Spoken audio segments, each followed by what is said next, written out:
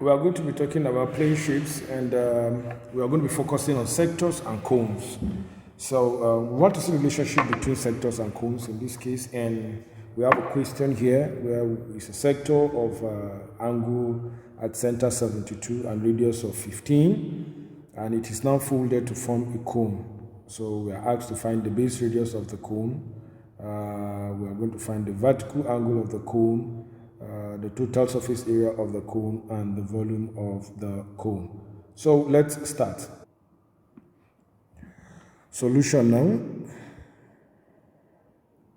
Now the first thing we need to do is we need to get a diagram of this sector. Okay, so let's say this is a sector.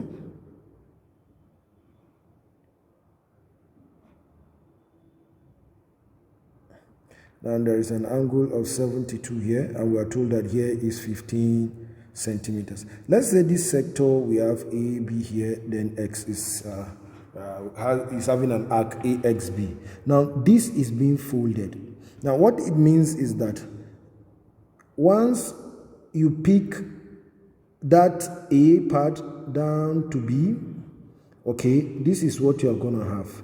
It's going to form a cone. Okay, this is a cone. Now you see this A and B, once you fold it, it means that here they are like this. Okay, just trying to make sure you get a picture of what is happening. Now in this case, if you look at it very well, you will find out that this particular 15 that is here is the same thing as the 15 here. But of course, something has happened now. Now look at it. We now have a vertical height for the cone, all right? Then we have the radius of the cone. Now this is R. Now let's differentiate the radius of a sector. Let's say the radius of sector is capital letter R.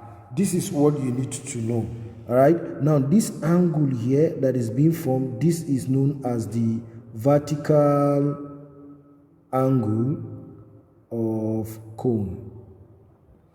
Okay, so let's move now to see how we can be able to finish this question. Now, there are some good things that you need to know. Now, you need to know that the length of arc AB, length of arc AXB is actually the circumference of base of cone.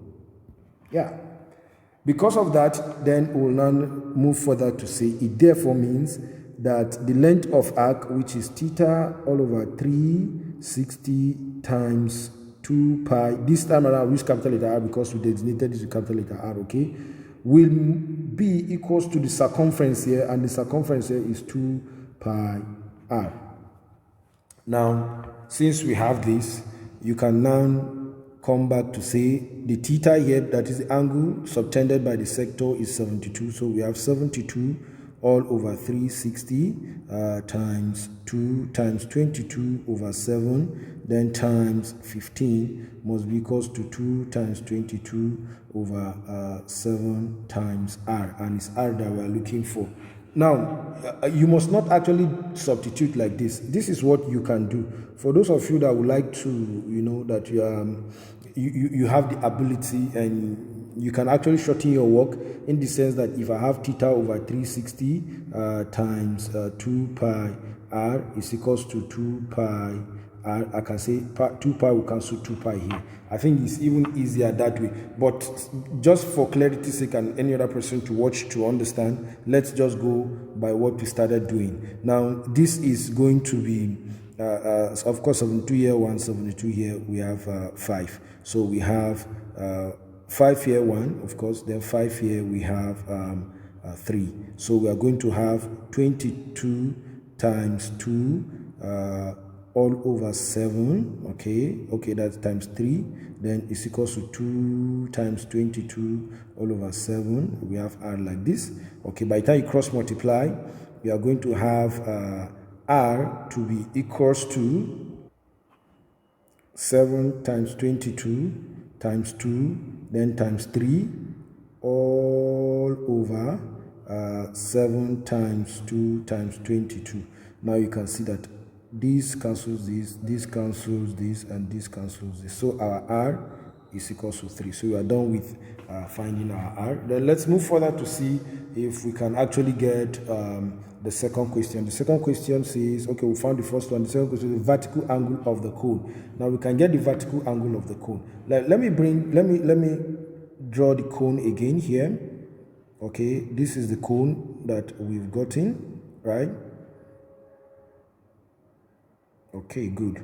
Now we've calculated the radius of the cone to be 3. So we have this vertical height. Now this place is 15 that we know. So this is the angle, the whole of this place. Now if we decide to bring one part of the diagram out, okay, all this is for clarity's sake, right? Now I can find this place. Let's say this place is theta, right? Or let's say it is alpha, since we've used theta. Let's say it is alpha. Now let me write it well, okay? Let's say this place is alpha. Now what we have now here is going to be 3, and here is 15.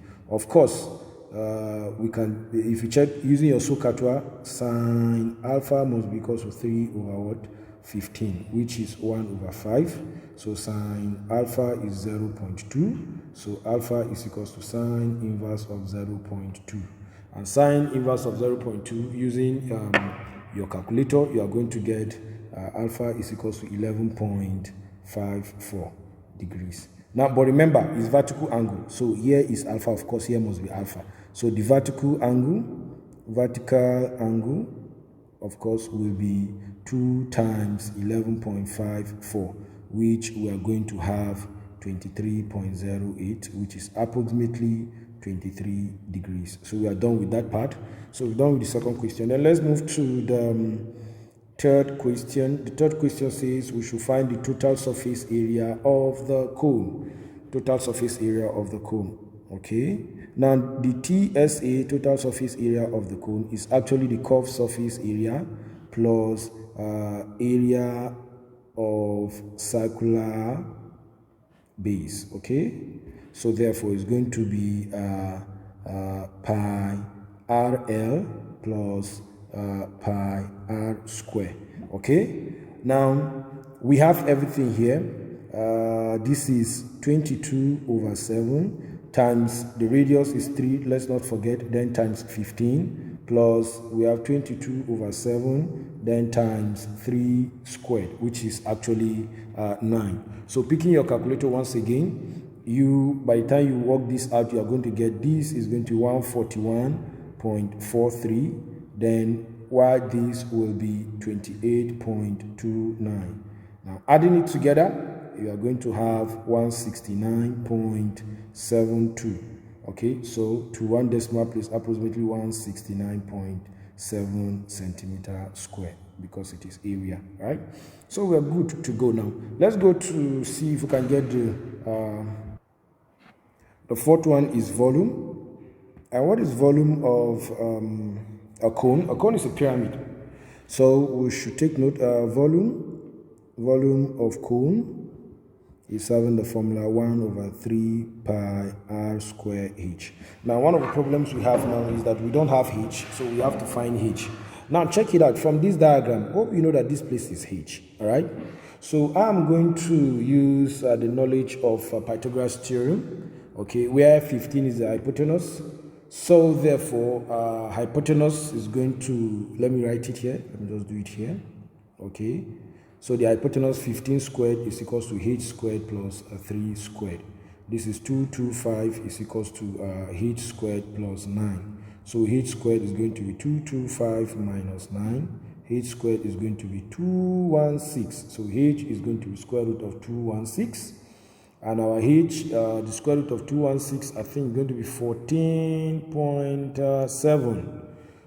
14.7 centimeters approximately. Okay, so therefore we'll now come down to find the volume, which is going to be 1 over 3 times 22 over 7 times 3 squared, then times 14.7. Now all in all, we are going to have here 1 and here is 3, so we have 22 times 3 times 14.7, all over 7. If you do it well with your calculator, you are going to get 138.57 centimeters cubed. So approximately to one decimal place is 138.6 centimeters cubed. So this is this question carries a lot of things, and it will help you to solve even other complicated questions. All right. So what